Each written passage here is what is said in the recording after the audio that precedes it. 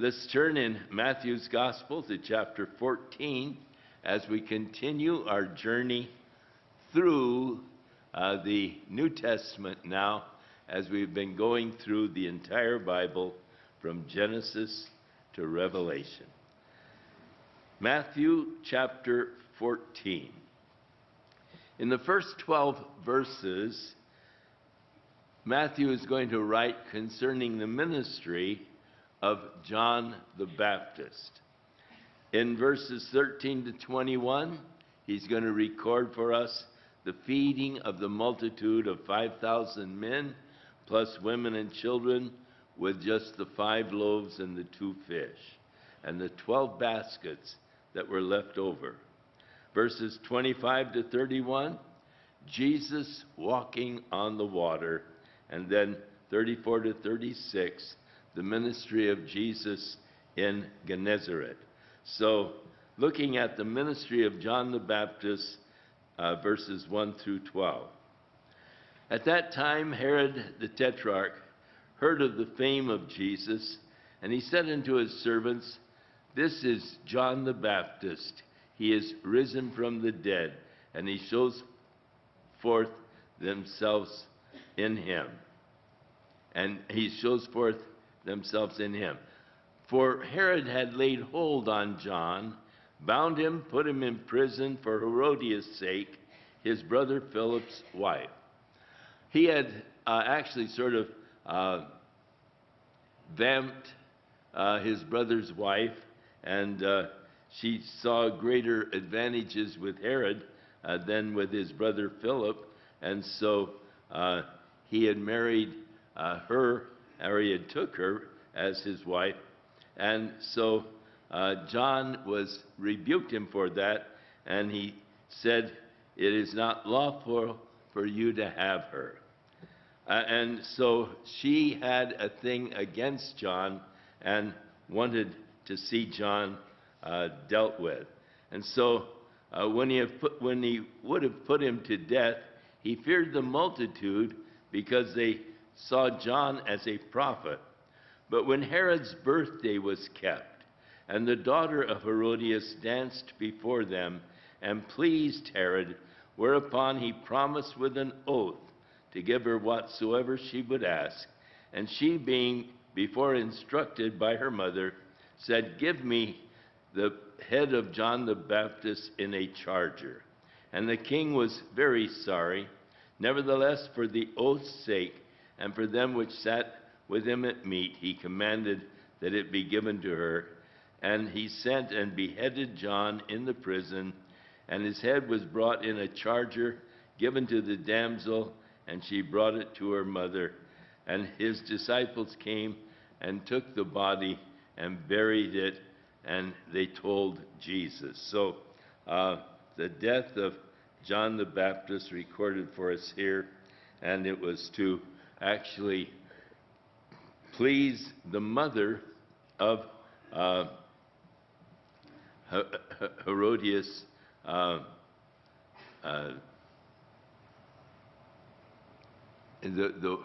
daughter of Herodias had danced for Herod, and so the reward for her performance was the head of John the Baptist. Now, the recording, when Jesus heard it, he departed from there in a ship to a desert place apart. And when the people had heard thereof, they followed him on foot out of the cities.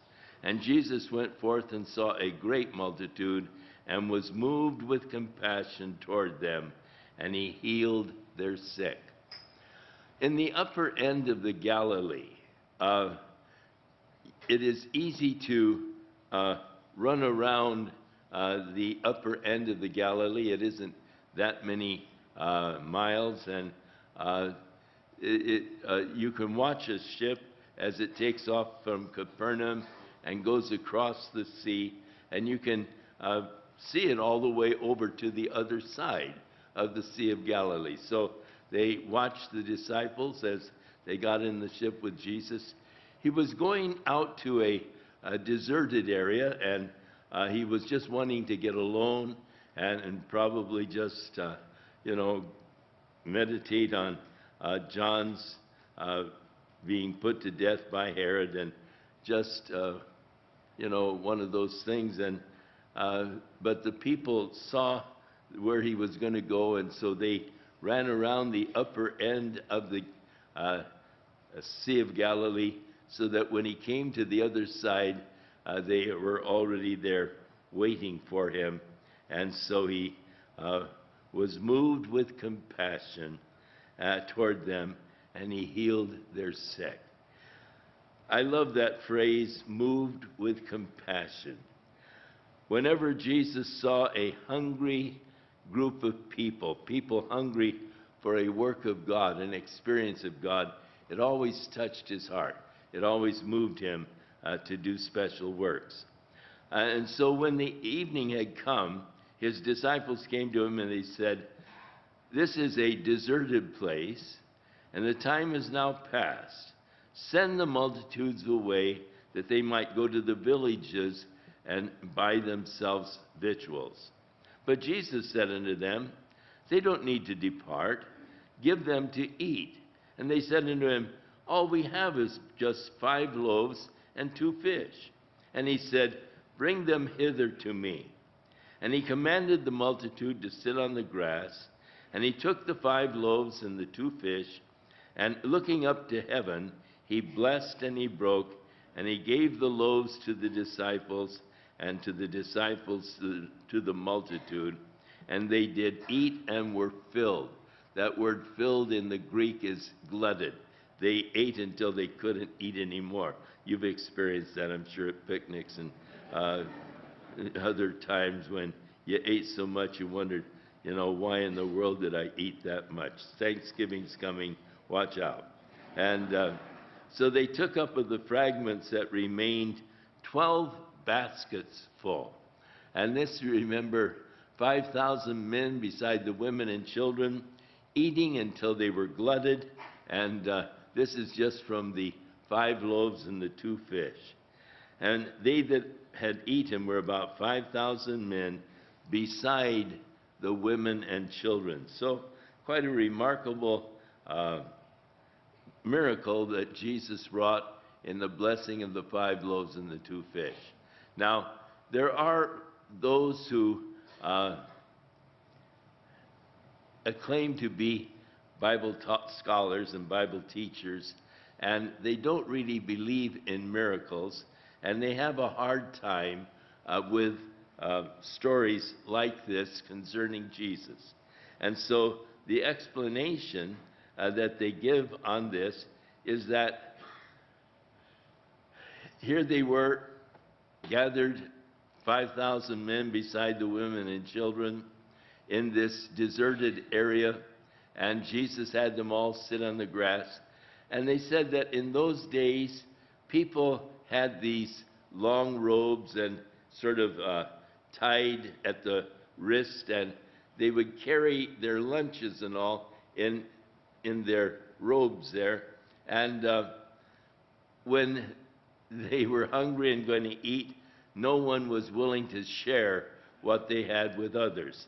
And so there was this little boy that was there, and when the disciples said, "There's a little boy, he has just 5 loaves and a couple of fish, but what is that among so many people?" And Jesus had them sit on the ground, and this little boy gave what he had, that it moved the other people, and they thought, you know, they became sort of ashamed of themselves for their hoarding, and so they all untied their lunches and pulled them out and shared it with others, and that's how they had so many baskets full left over. And they tried to totally explain away the miraculous aspect of this miracle of Jesus. But, you know, well, they say that figures don't lie, but liars sure can figure. And so here's one of those cases where these fellows try and give you a rational explanation, taking the miraculous out of it. Of course, they have a difficulty with the next one. Straightway, Jesus constrained his disciples to get into the ship and to go before him unto the other side, while he sent the multitudes away. And when he had sent the multitudes away, he went up into a mountain apart to pray. And when the evening was come, he was there alone. But the ship was now in the midst of the sea, tossed with the waves, for the wind was contrary. And in the fourth watch of the night, Jesus went unto them, walking on the sea. And when the disciples saw him walking on the sea, they were troubled, saying, It's a ghost. And they cried out for fear.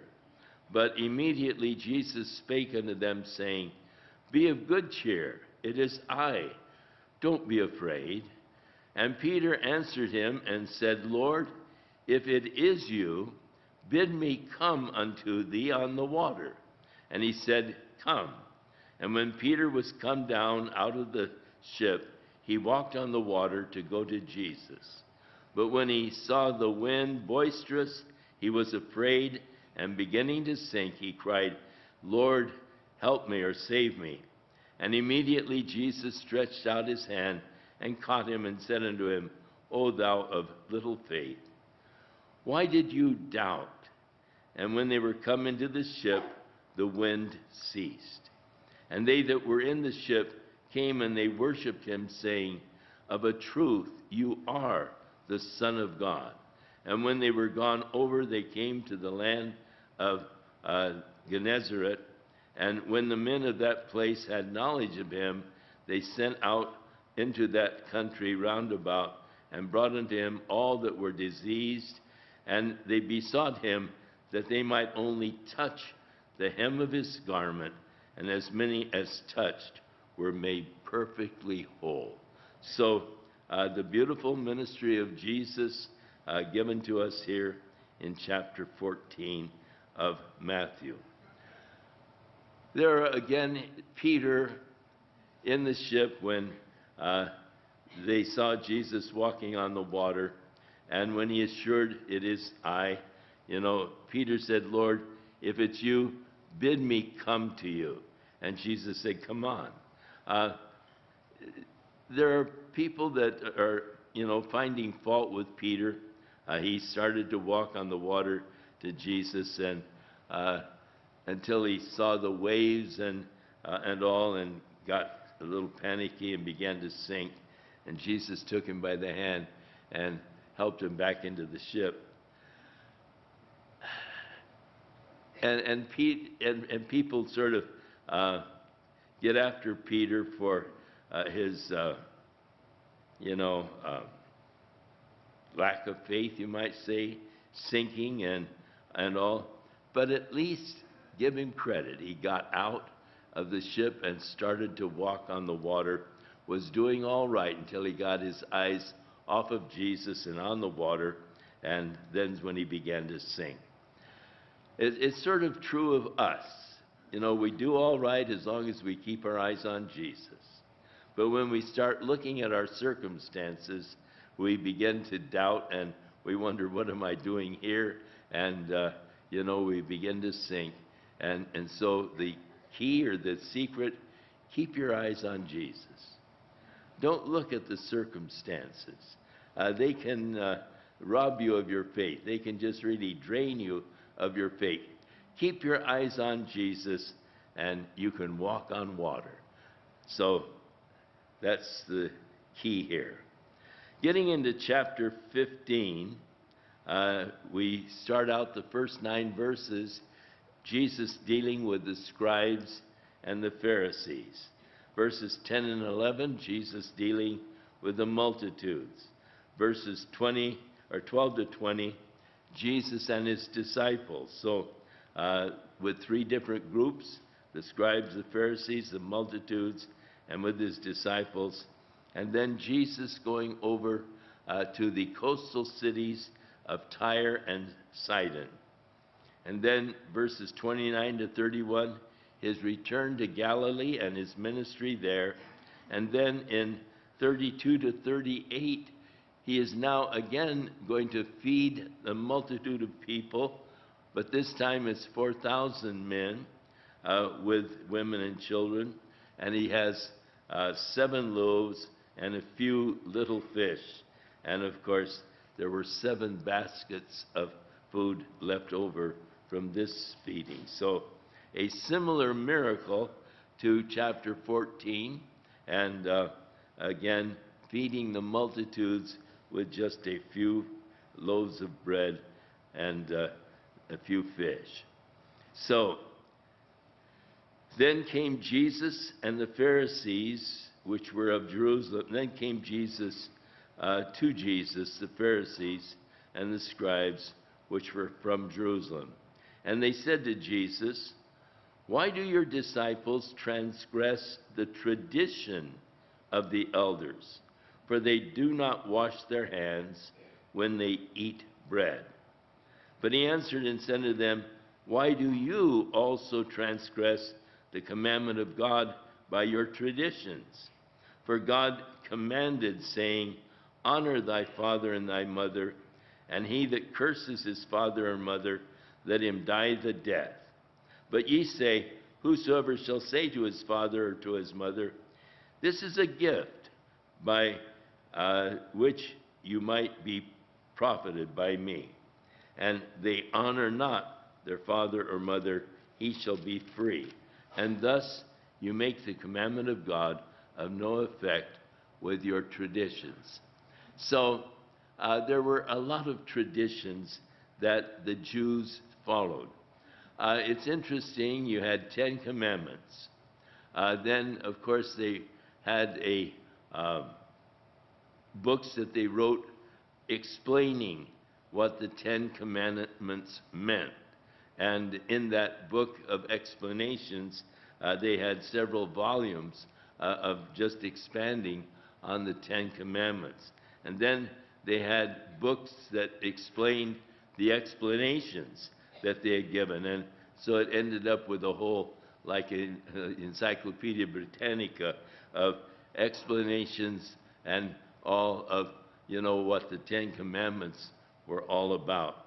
And all of the traditions that developed with them. Now, the washing of hands. There was a certain ritual in the washing of hands. And so when you say they didn't wash their hands, they didn't follow the traditional washing of hands that was sort of popular in those days. The tradition was you could not wash your hands in a basin. You had to wash your hands over running water. And as you would wash your hands over the running water, you could not allow the water to flow on your arms, but you had to keep it on your hands. And so you would put your hands out in front of you, and then they would pour the water over, and you would hold them out so that the water would just drip off your arm, not run up your arms, and rubbing your hands back and forth under the running water. And this was the traditional way that they washed their hands. If you just, got it in and did like we do, that was considered eating with unwashed hands. And so that's the thing that they were accusing Jesus of. The disciples weren't following this traditional method of washing hands, and so that's what they were complaining about to Jesus. But Jesus pointed out that, they were observing traditions, not the commandment of God. And there was no commandment in that said you've got to wash your hands a certain way. Even there wasn't even a commandment that you had to wash your hands. But of course, we know that from a sanitary purpose that is important, and so we don't object to washing your hands before you eat. We know it's a good practice, but yet we don't have traditional ways to wash our hands. And so they weren't following the tradition of the elders, for they don't wash their hands when they eat their bread. That is, they don't follow the traditional means or ways of washing their hands. But then he showed how that through their traditions, they actually nullified the law of God. Because the law of God said, honor your father and your mother. And if a person did not honor their father and their mother, they were to be put to death. But they developed the tradition. If you say, Dad, now I'm telling you this for your own good. And then you could just tell him anything you wanted. And you know what a rotten, no good person he was. But as long as you prefaced it by saying, this is for your good, this is for your benefit, then you were free. You could tell him anything you wanted. And thus, by their tradition, they nullified the law of God, which Jesus is pointing out to them. And so he said, you hypocrites. Well did Isaiah prophesy of you, saying, this people draw near to me with their mouth, and they honor me with their lips, but their heart is far from me. But in vain they do worship me, teaching for doctrines the commandments of men. So they took and they would teach this as biblical doctrine, and it was just really the traditions of men. And he called the multitude, and he said unto them, hear and understand. Not that which goes into the mouth defiles a man, but that which comes out of the mouth, this defiles the man.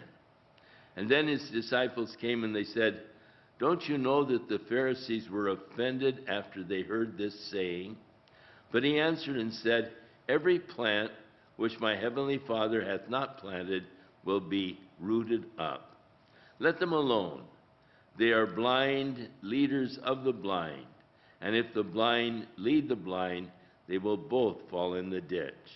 And then answered Peter and said unto him, declare to us this parable. And Jesus said, are you also without understanding? Do you not understand that whatsoever enters in at the mouth goes into the belly and is cast out through the draught? But those things which proceed out of the mouth, they come from the heart, and they defile a man, for out of the heart proceeds evil thoughts, murders, adulteries, fornications, thefts, false witness, and blasphemies. These are the things which defile a man, but to eat with unwashed hands doesn't defile a man. And so Jesus is explaining, of course, what he is referring to as, his explanation for the disciples not washing their hands before they ate. And then Jesus went from there and he departed to the coast of Tyre and Sidon. That is over these coastal cities that are today in Syria. And behold, a woman of Canaan came out of their coast, and she cried unto him, saying, have mercy on me, O Lord, thou son of David. My daughter is grievously vexed with the devil. But he answered her not a word. And the disciples came and they begged him, saying, Lord, send her away, because she's bugging us. She's crying after us. But he answered and said, I am not sent but to the lost sheep of the house of Israel. And then she came and worshipped him, saying, Lord, help me. And he answered and said, it is not right to take the children's bread and cast it to the dogs. And she said, that's true, Lord, yet the dogs do eat the crumbs which fall from their master's table. And then Jesus answered and said to her, O woman, great is your faith. Be it unto you even as you will. And her daughter was made whole from that very hour. Now, I think that it is important that we have an understanding of this particular story, because it would appear that Jesus was reluctant to help this desperate mother whose daughter was vexed with the devil. And she came, but he acted as though he didn't hear her, as though she weren't there. But Jesus knew all things. He knew from the beginning that he was going to heal her daughter. But he also knew that she had a very deep faith in him, and he was seeking to draw out the expression of that faith that she had. And so that's why he seemed to back away, but every time he would back away, she would move in that much closer. And so he was drawing her in, and thus, if you read it in that light, he answered her not a word in the beginning. And his disciples came and said, Lord, do something. She's just bugging us something terrible. And Jesus said, I'm not sent but to the lost sheep of the house of Israel. In other words, she's outside of my boundaries. She heard him say this, and yet she is still pressing in. And so she came and worshiped him and said, Lord, help me. And he answered and said, it isn't right to take the children's bread and to cast it to the dogs. Now, he is using a different word for dogs in the Greek than usually the word that they talk about dogs as a mutt and as a sort of a, well, there were a lot of them around Israel, and they were sort of wild and hated by people. But then they had their little puppies. The children had their little household pets, their puppies, and Jesus used the word puppies here, the little household pet dogs. It isn't right to take the children's bread and cast it to the little puppies. And she said, that's true, Lord, but the little puppies, they eat the crumbs that fall from the master's table. In other words, she is saying, Lord, all I need is just crumbs. And so it isn't right to take the children's bread, cast it to these vicious dogs, but the little puppies eat the crumbs that fall from the master's table. O woman, great is thy faith. Be it unto you even as you will. And her daughter was made whole from that very hour. But her faith opened the door for Jesus to do a work in that area among many. So Jesus departed from there, and they came nigh to the Sea of Galilee, and he went into the mountain, and he sat down there. And great multitudes came unto him, having with them those that were lame, blind, dumb, maimed, and many others, and cast them at Jesus' feet, and he healed them, insomuch as the multitude wondered when they saw the mute to speak, the maimed to behold, the lame to walk, the blind to see, and they glorified the God of Israel. Jesus had said to his disciples, let your light so shine before men that when they see your good works, they glorify your Father which is in heaven. It is possible to let your light so shine before men that they see you. You can draw attention to yourself.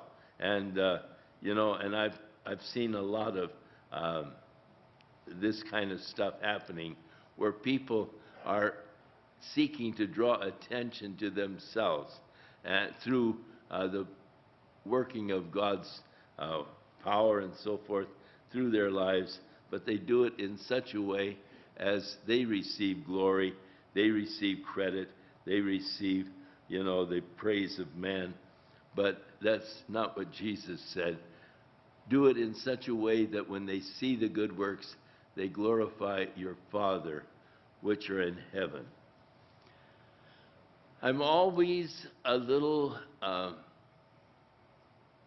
reluctant when people begin to tell me how wonderful a person I am.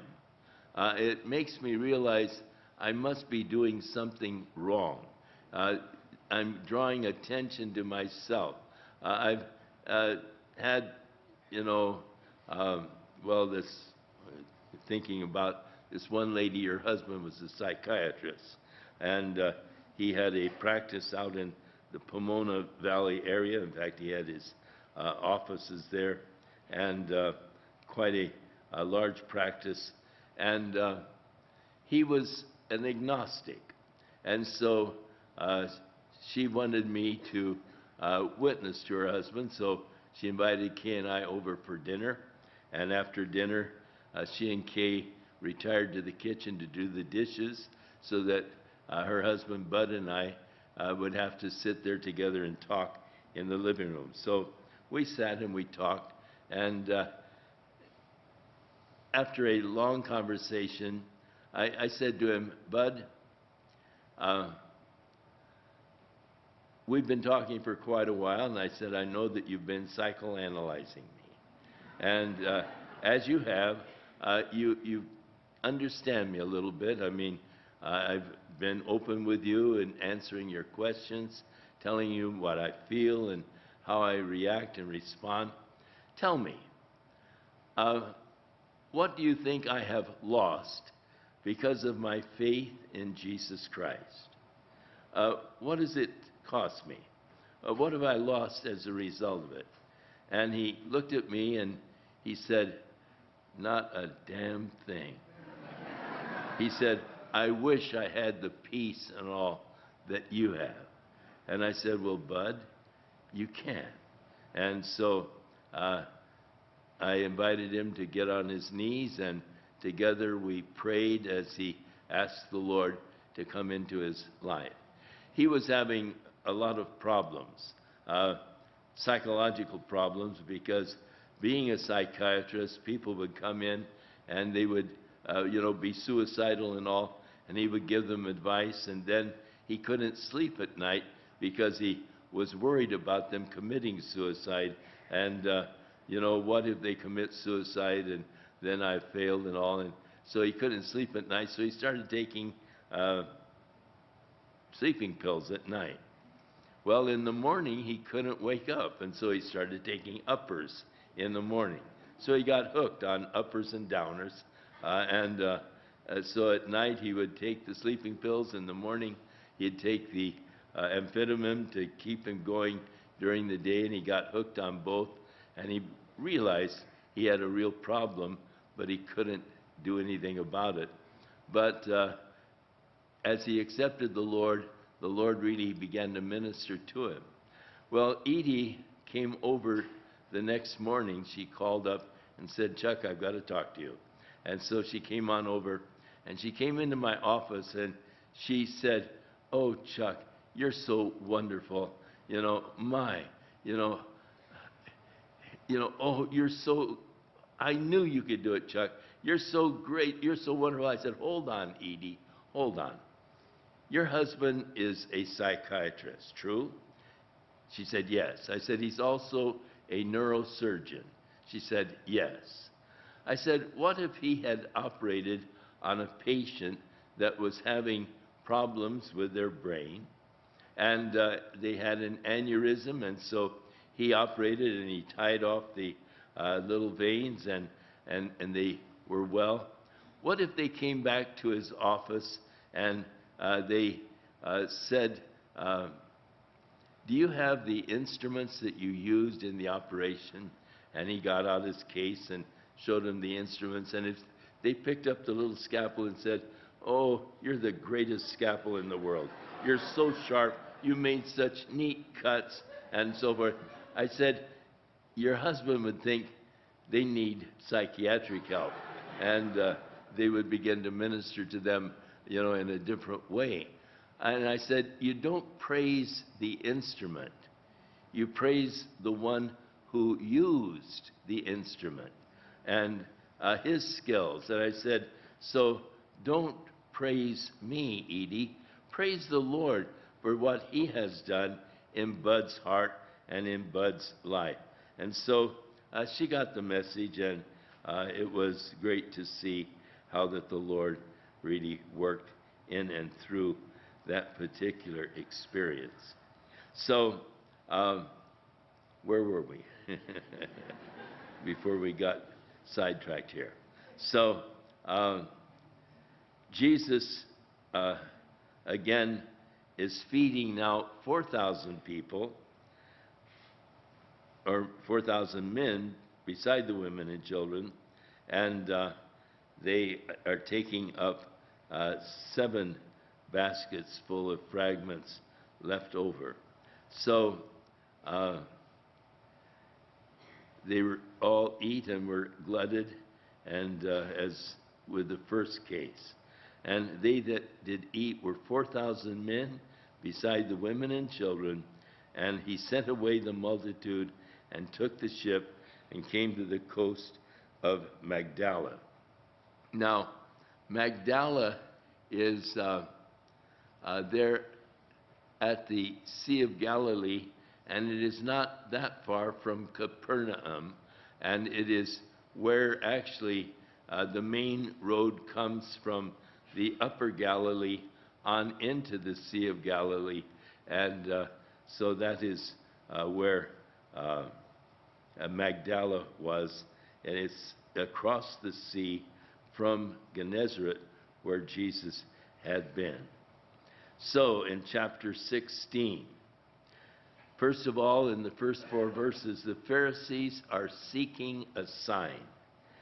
Verses 5 to 12, Jesus crosses the sea and warns the disciples to beware of the leaven of the Pharisees. And in verses 13 to 20, Jesus and his disciples on up in the upper Galilee region, up at the base of Mount Hermon in Caesarea Philippi. So the Pharisees also with the Sadducees, they came, and tempting, desired him that he would show them a sign from heaven. Now, we've just read how that Jesus fed the multitude with, the 4,000 with the 7 loaves and the few fish. We read of all of the people that he had been healing, verse 31 of the previous chapter, the multitudes wondered when they saw the mute speaking, the maimed whole, the lame walking, the blind were able to see, and they were glorifying the God of Israel. And now the people come and say, show us a sign. Where have you been? Haven't you seen what's been going on? And yet they're asking for some sign. And that's why he answered and said to them, when it is evening, you say it will be fair weather, for the sky is red. In the morning, when if the sky is red in the morning, you say it will be foul weather today, for the sky is red and lowering.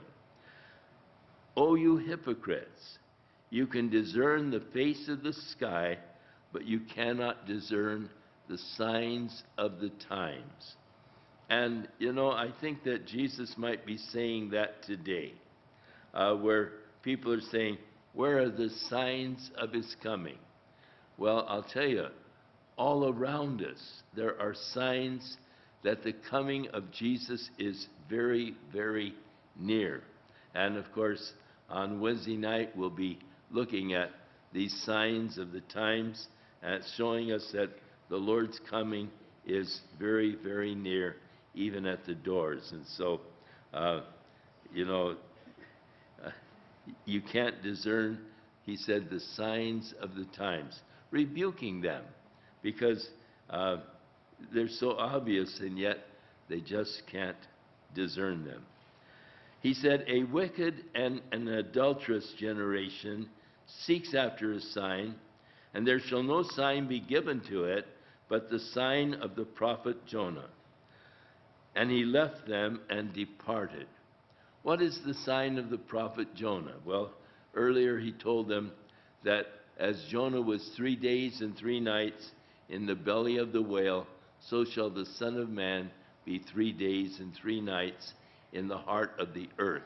His resurrection from the dead would be the sign that he was indeed the Messiah, the Son of God, and that is the only sign he said that they will actually receive, is the sign of the prophet Jonah. And so when his disciples were come to the other side, they had forgotten to take bread with them. And Jesus said unto them, Take heed, beware of the leaven of the Pharisees and of the Sadducees. And they reasoned among themselves, and they said, It's because we've forgotten to bring bread. And when Jesus perceived, he said to them, O ye of little faith, why reason in yourselves because you have brought no bread? Do you not yet understand? And neither don't you remember the 5 loaves and the 5,000, how many baskets you took up? Nor the 7 loaves and the 4,000, and how many baskets you took up? How is it that you do not understand that I spake it not to you concerning bread, that you should beware of the leaven of the Pharisees and Sadducees? And then they understood how that he bade them to beware of the leaven of the bread, but of the doctrine of the Pharisees and the Sadducees. Leaven was a sort of a yeast that they would put in the bread to cause it to rise. And they would put it into the dough to cause it to rise. And they would just put in, they called it the starter dough, and they would put in that little bit of starter, but it would permeate through the whole dough and the whole batch, and it became a type of sin. How that just a little bit tolerated within can permeate your whole life, and thus the leaven of the Pharisees. Beware of that. So when Jesus came to the coast of Caesarea Philippi, now he has moved with his disciples all the way up through the upper Galilee, right to the base of Mount Hermon, where actually the Jordan River has its origin, as it just comes out of this giant spring right there at the base of Mount Hermon. So when they were come to Caesarea Philippi, he asked his disciples, saying, Whom do men say that I, the Son of Man, am? And they said, Well, some said that you are John the Baptist. Some say you're Elijah. And others say Jeremiah, or one of the prophets. But he said unto them, But whom do you say that I am? And Simon Peter answered and said, You are the Messiah, the Son of the living God. And Jesus answered and said unto him, Blessed art thou, Simon, son of Jonah, for flesh and blood hath not revealed this unto thee, but my Father which is in heaven. And I say also unto thee that you are Peter, and upon this rock I will build my church, and the gates of hell shall not prevail against it. Now, the question, is Peter the rock upon which the church has been built? The Catholic Church declared that. God said, I give to you the keys of the kingdom, and he was talking to Peter, and that he is the rock upon which the church has been built, and they use this scripture to prove it. But if you look at this scripture in the Greek, I say unto you that you are Peter, Petros. Petros is a little pebble. It isn't a rock. And upon this rock, Petra, I will build my church. There at Caesarea Philippi, you have the base of Mount Hermon, and it is just this huge rock. And it's just the base of the mountain, and upon this rock, Petra, I will build my church, and the gates of hell shall not prevail against it. So what is the foundation upon which the church is built? Peter? Or is it the confession of Peter, you are the Messiah, the Son of the living God. And so we would have to assume, and rightly so, that the church is built upon the fact that Jesus is the Messiah, the Son of the living God. That is the foundation upon which the church is built, not Peter. And I will give unto you, he said, the keys to the kingdom of heaven, and whatsoever you bind on earth will be bound in heaven, whatsoever you loose on earth will be loosed in heaven. And then he charged his disciples that they should tell no man that he was Jesus, the Messiah.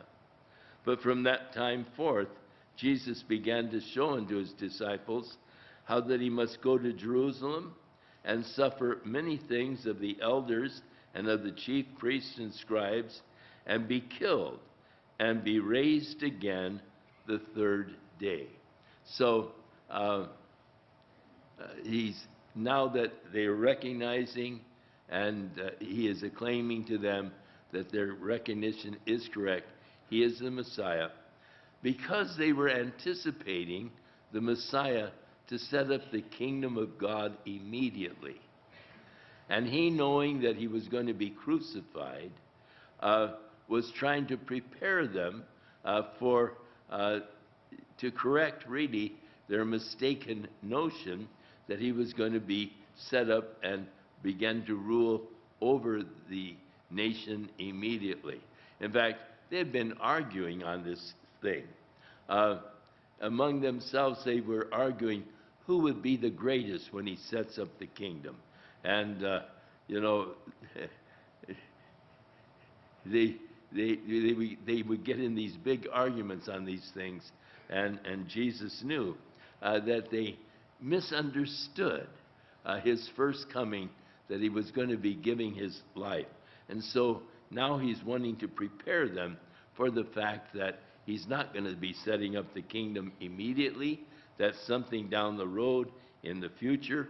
But he's going to be put to death there in Jerusalem. And he doesn't want this to just really shatter them. So from that time forth, he began to show the disciples how that he must go to Jerusalem, suffer many things from the elders and the chief priests and the scribes.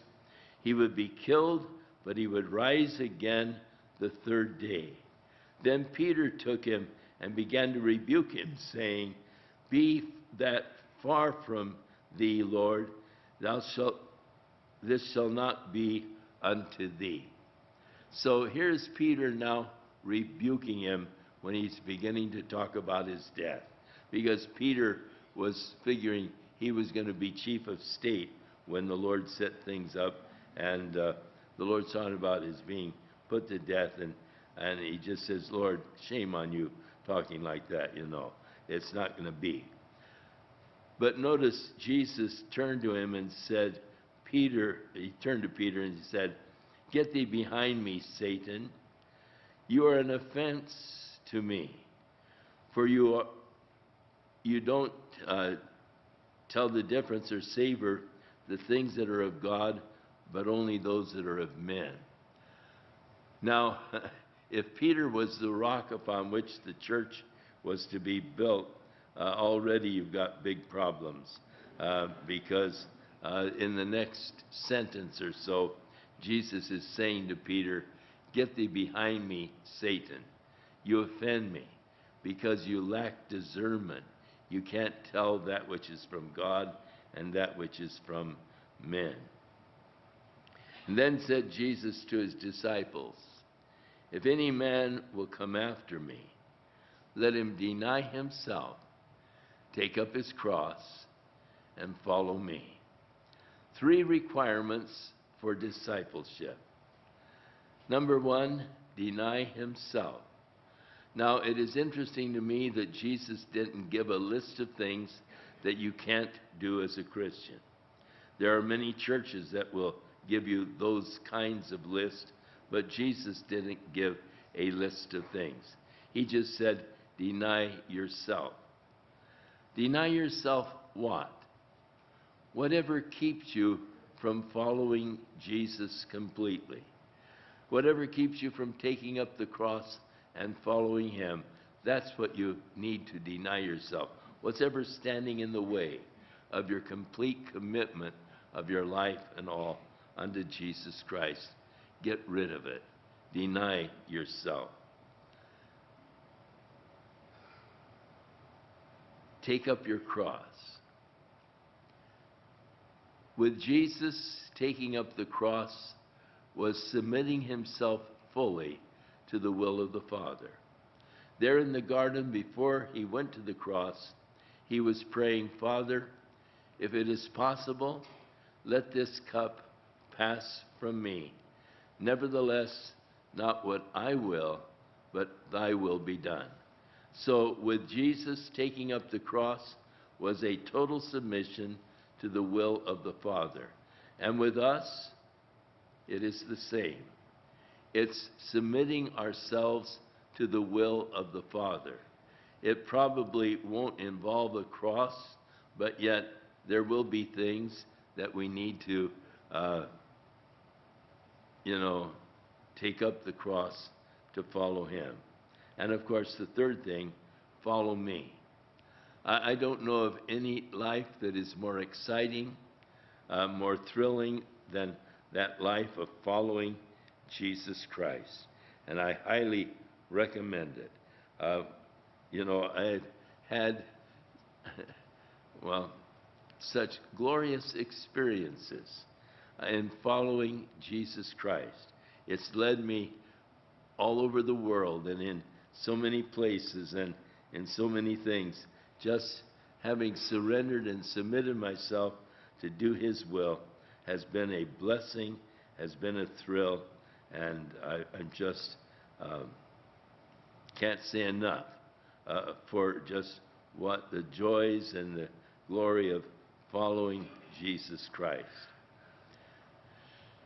To give a rationale for this, he said, for whosoever will save his life shall lose it, and whosoever will lose his life for my sake shall find it. For what is a man profited if he should gain the whole world and lose his own soul?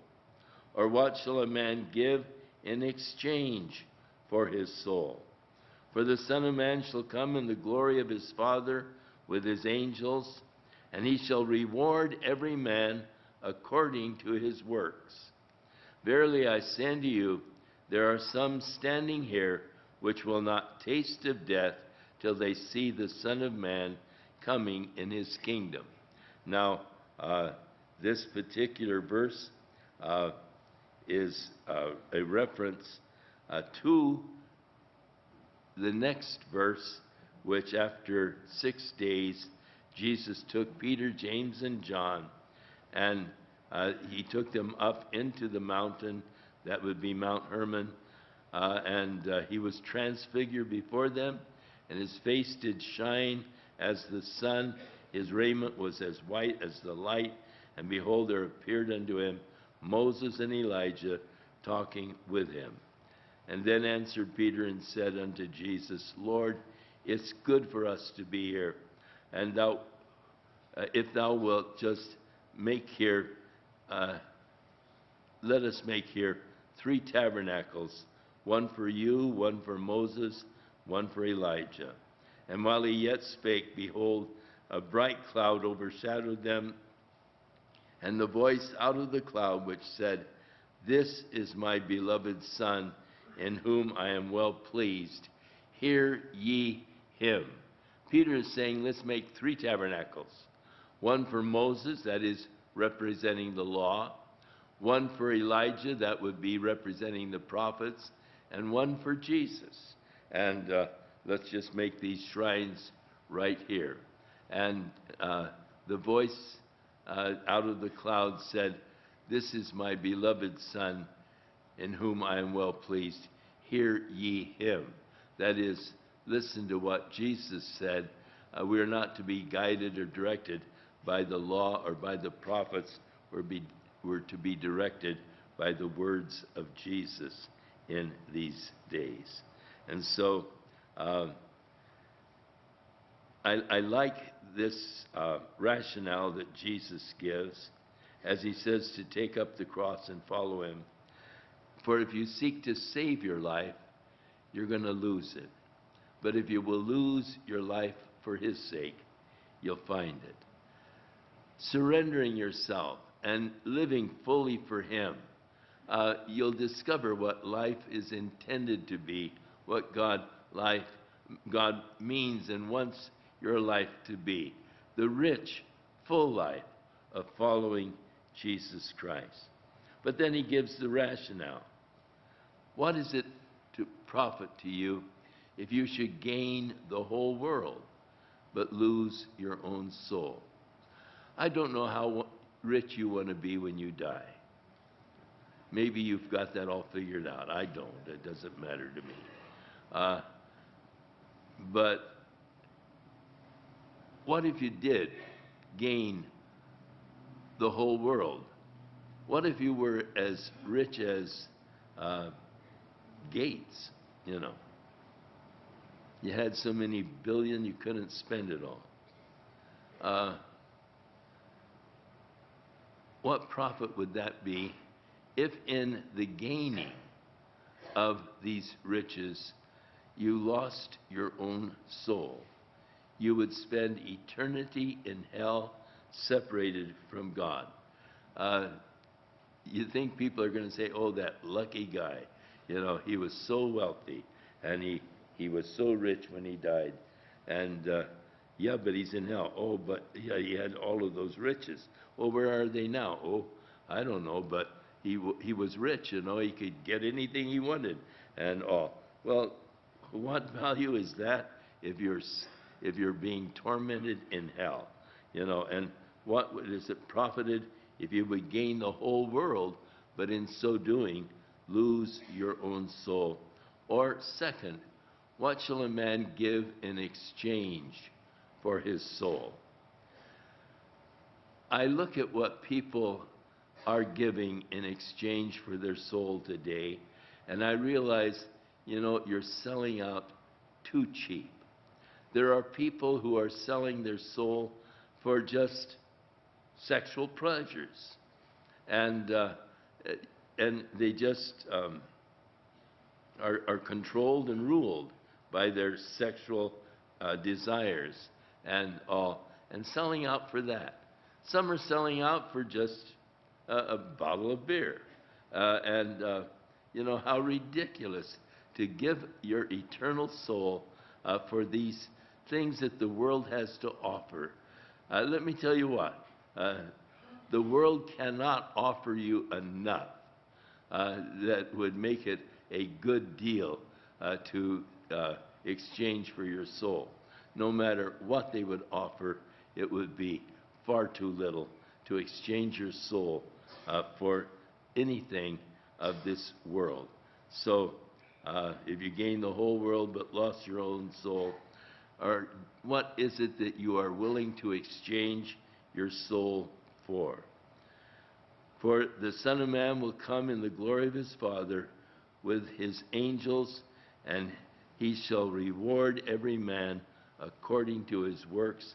Verily I say unto you, some are standing here which will not taste of death till they see the Son of Man coming in his kingdom. Well, we didn't get as far as we were wanting to get tonight, but we'll pick it up with chapter 17.